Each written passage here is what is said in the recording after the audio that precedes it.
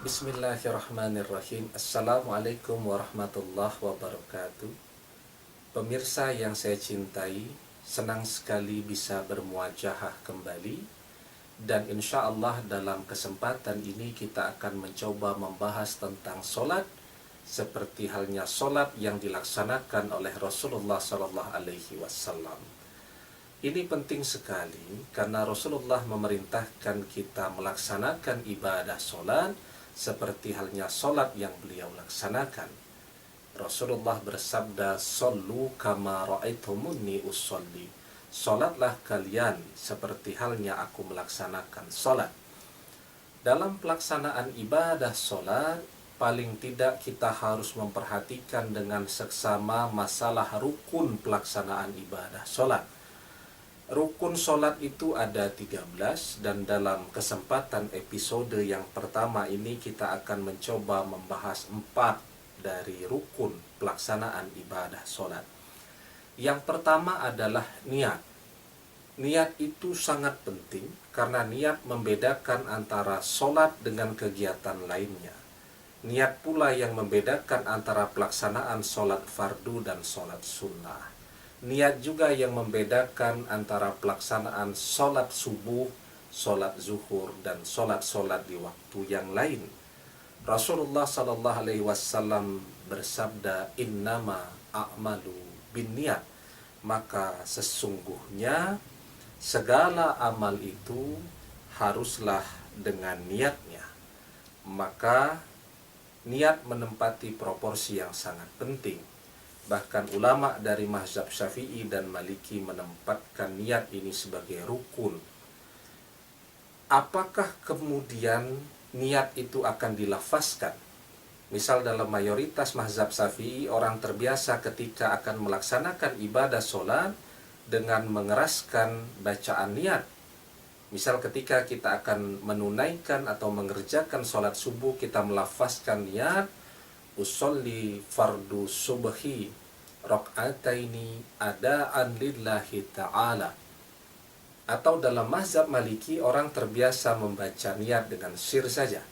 Misal sekurang-kurangnya dengan kalimat sengaja, "Saya melaksanakan solat subuh fardu hanya karena Allah Ta'ala." Yang kedua, berdiri bagi orang yang kuasa untuk berdiri. Maka kalau masih sanggup melaksanakan ibadah solat dengan berdiri, maka solatlah dengan berdiri. Yang ketiga, takbiratul ikhram. Takbiratul ikhram itu adalah membaca Allahu Akbar di awal permulaan solat. Karena Rasulullah mengatakan kunci solat itu wudu, permulaannya takbir, dan penghabisannya adalah salam. Yang keempat, membaca surat Al-Fatihah. Insya Allah kita semua sudah memahami atau menghafalkan bacaan surat Al-Fatihah. Dan Al-Fatihah ini adalah rukun, karena Rasulullah mengatakan, "La solata liman lam yaqra' bi fatihatil kitab." Tiadalah solat bagi seseorang yang tidak membaca surat Al-Fatihah. Pertanyaannya kemudian, apakah basmalah dalam solat itu dikeraskan atau tidak? Maka yang harus kita ketahui bersama bahwa basmalah itu adalah bagian dari surat Al-Fatihah. Rasulullah SAW bersabda dalam sebuah hadis yang diriwayatkan oleh Imam Daruqutni, "Bismillahirrahmanirrahim ayatun minha." Jadi Bismillahirrahmanirrahim itu satu ayat dari surat Al-Fatihah. Walaupun kalau kita lihat imam-imam di Arab itu terbiasa ketika membaca surat Al-Fatihah, bacaan basmalah disirkan, tapi begitu hamdalah baru dijaharkan. Dan itu boleh-boleh saja, artinya selama tidak memisahkan antara basmalah dan alhamdulillah dan seterusnya tadi. Maka kalau kita perhatikan dengan seksama, para imam di Arab ketika membaca Fatihah, bacaan basmalah cukup dengan kalimat yang sir. Bismillahirrahmanirrahim.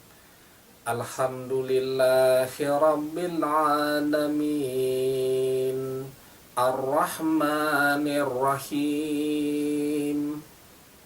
Maliki yaumiddin. Iyyaka na'budu wa iyyaka nasta'in. Ihdinas syiratal mustaqim. Syiratal ladzina an'amta 'alaihim ghairil maghdubi 'alaihim waladdallin.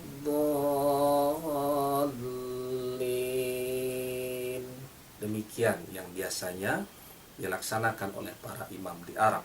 Tapi kalau kita mau mengeraskan bacaan basmalah di awal membaca Fatihah juga diperbolehkan. Mungkin 4 ini yang bisa saya ketengahkan dalam episode yang pertama tentang solat, seperti halnya solatnya Rasulullah SAW, dan untuk rukun-rukun berikutnya akan kita bahas dalam pertemuan selanjutnya. Semoga bermanfaat. Wallahu a'lam bishawab. Billahi taufiq wal hidayah. Assalamualaikum warahmatullahi wabarakatuh.